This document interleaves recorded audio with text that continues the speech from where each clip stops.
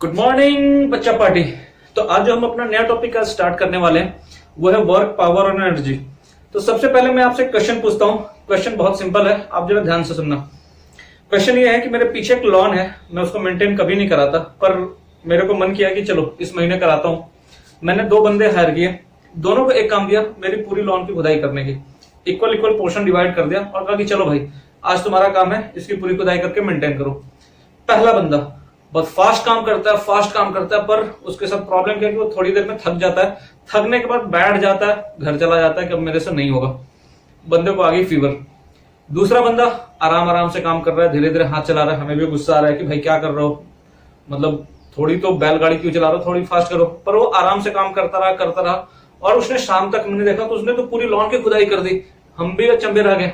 अब मुझे ये जानने में इंटरेस्ट है कि वर्क किसका ज्यादा है, आई मीन वर्क या एनर्जी। आप एनर्जी की बात कर लो, एनर्जी किसकी ज्यादा है और पावर किसकी ज्यादा है।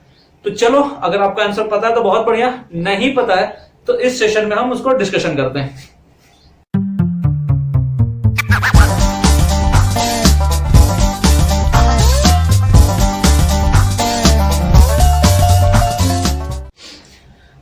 हाँ जी, तो हम आ गए हैं आपके सामने फिर से।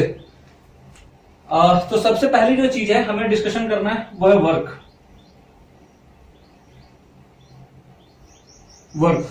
नाइन्थ क्लास में आपने पढ़ा होगा, work is the multiplication of force and distance. क्योंकि वहां आपको क्या पढ़ना था कि भैया एक बॉक्स रखा हुआ है, आप इधर से पुश कर रहे हो, इधर डिस्प्लेसमेंट हो रही है।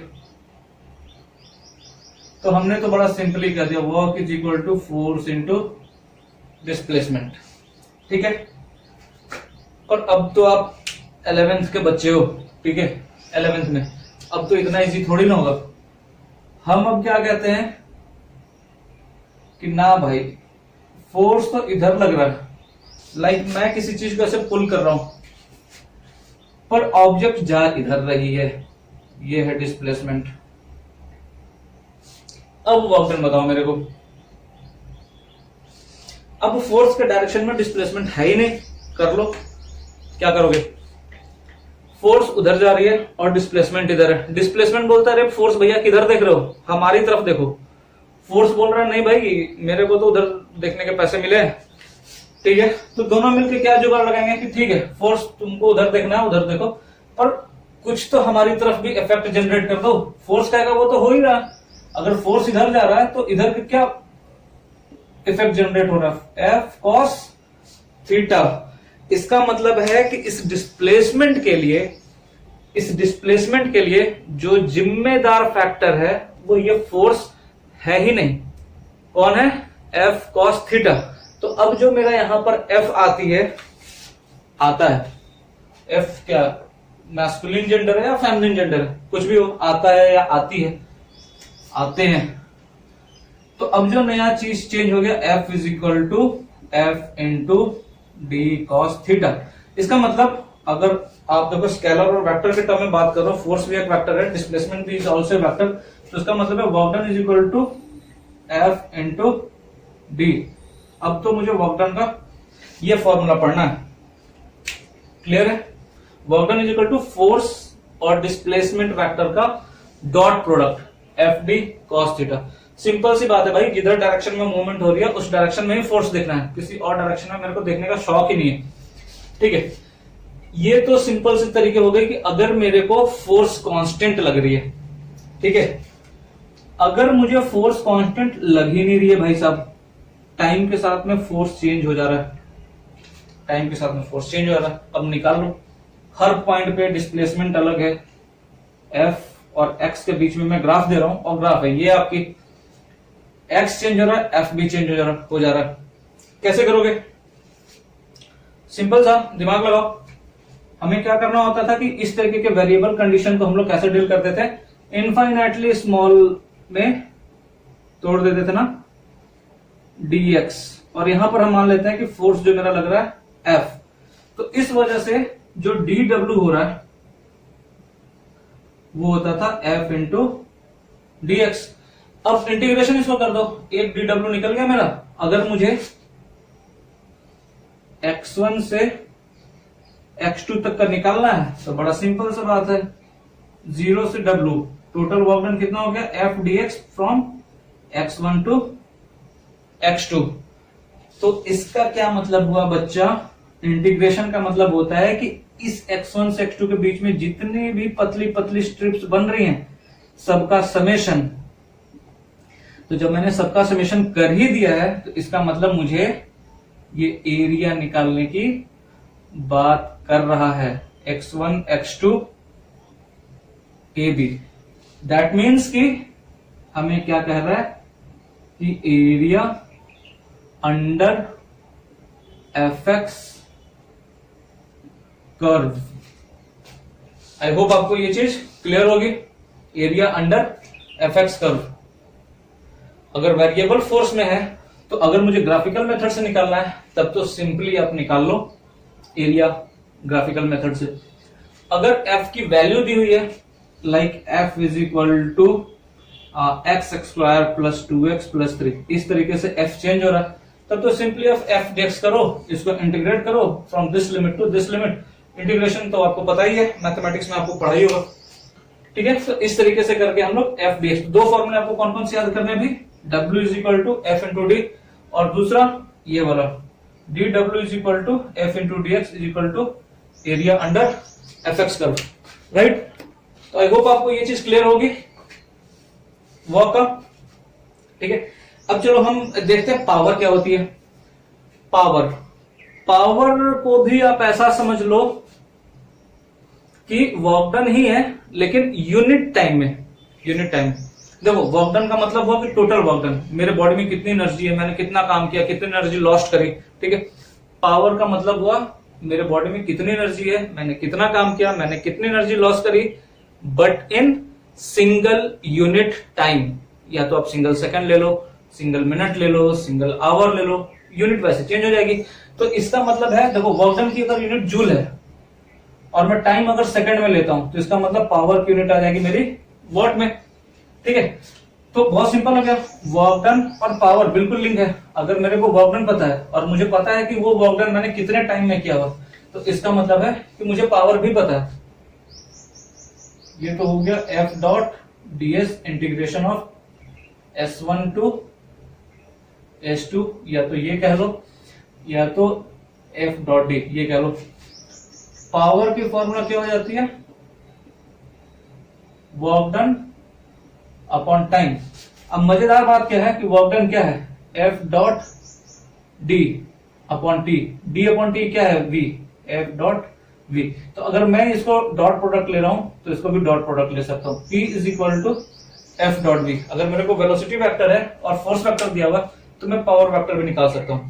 पर ओरिजिनेट आपको कहां से करना है, ओरिजिनेट आपको यही समझना है ओरिजिनली कि power is equal to work done upon time. Single unit time में मेरे को जो वर्क डन होगा, जो एनर्जी लॉस होगा, वही मेरा पावर होगा, ठीक है। इसकी यूनिट क्या हो जाएगी अपनी वॉट। तो अब मैं आता हूं अपने क्वेश्चन पे। जो दो बंदे थे मेरे पास में, एक बंदे ने तो बहुत फास्ट काम किया और तुरंत ही थक के चला गया, ठीक है, और एक बंदे ने पूरे आराम से काम किया, पूरा टाइम लिया अपना, शायद ज्यादा भी लिया हो, ठीक है, लेकिन काम पूरा किया, काफी बड़ा एरिया को उसने खुदाई कर डाली। तो जब मेरे को वर्क डन निकालना होगा किसने वर्क डन ज्यादा किया या किसमें एनर्जी ज्यादा थी, तो मैं सिंपली पूरा काम देखूंगा किसने पूरा काम ज्यादा किया। तो पूरा काम सेकंड बंदे ने किया था तो इसका मतलब है सेकंड बंदे के पास एनर्जी ज्यादा है। लेकिन अगर पावर की बात होगी तो मैं कहूंगा सिंगल यूनिट टाइम में किसके पास एनर्जी ज्यादा है। तो सिंगल यूनिट टाइम में मतलब कि कौन फास्ट काम कर रहा है, तो पहले बंदे ने फास्ट काम किया था, इसका मतलब पावर जो है वो पहले बंदे की ज्यादा है। तो आई होप आपको ये कॉन्सेप्ट क्लियर होगा पावर, एनर्जी और वर्क डन का, ठीक है। अब हम चलते हैं एनर्जी में।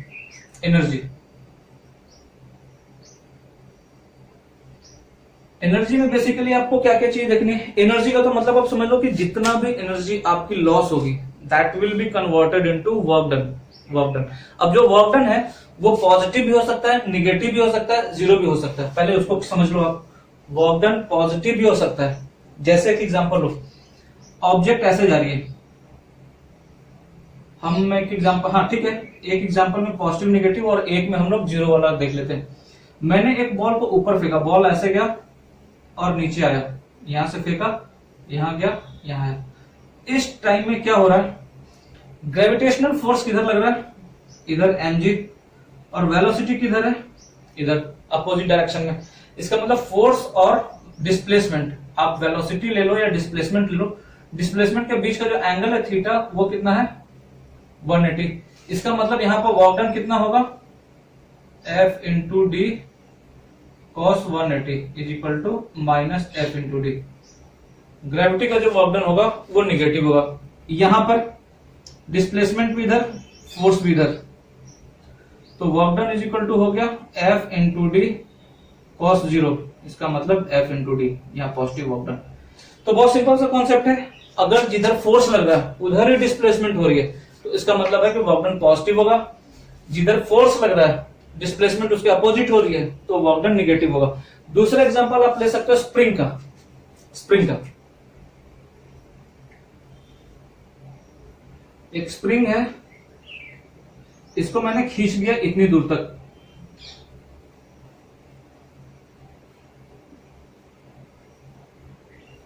ये x डिस्टेंस से खींचा हुआ मैंने। ये स्प्रिंग को वर्क डन कितना होगा, स्प्रिंग कितना फोर्स लगा रहा है, स्प्रिंग तो इधर फोर्स लगाएगा ना F, और मैंने डिस्प्लेसमेंट इधर कर रखा है x। इसका मतलब F और x के बीच का एंगल 180 डिग्री, तो यहां पे वर्क डन जो होगा that will be equal to negative. Clear है। दूसरी चीज मैं आपको बता देता हूं कि ये वाला इसका FDS, इसका यूज हम कैसे करते हैं वो मैं बता देता हूं। स्प्रिंग वाला चूंकि केस डील कर रहा हूं तो इसी में लगे हाथों बताते हैं। स्प्रिंग के केस में फोर्स कितना होता है ये आपको पता होगा, K इंटू एक्स। K हो गया स्प्रिंग कांस्टेंट और x जितने डिस्टेंस से मैं उसको ड्रॉ कर रहा हूं। इसका मतलब है कि force is not constant in the case of spring. तो जब फोर्स कांस्टेंट नहीं है इसका मतलब है कि we have to deal it with differentiation and integration. बहुत सिंपल सी चीज है। तो इसका मतलब मेरे को ये फॉर्मूला तो रिजल्ट नहीं देने वाला है, तो कांस्टेंट फोर्स के लिए है, ये वेरिएबल फोर्स के लिए। तो अब मुझे ये काम करना पड़ेगा। आप समझो हमने इसको खींचा है 0 से लेकर के x तक और मुझे निकालना है वर्क डन। तो how we will get the work done by the spring, तो सिंपली है 0 to x F into d x. 0 to x F means kx into d x. आप लोग बहुत स्मार्ट हो भाई, आराम से उसको इंटीग्रेट कर सकते हो। x का इंटीग्रेशन क्या हो गया, x square upon 2 0 to x। It means total work done will be calculated as half kx square. बहुत सिंपल है, बहुत सिंपल है।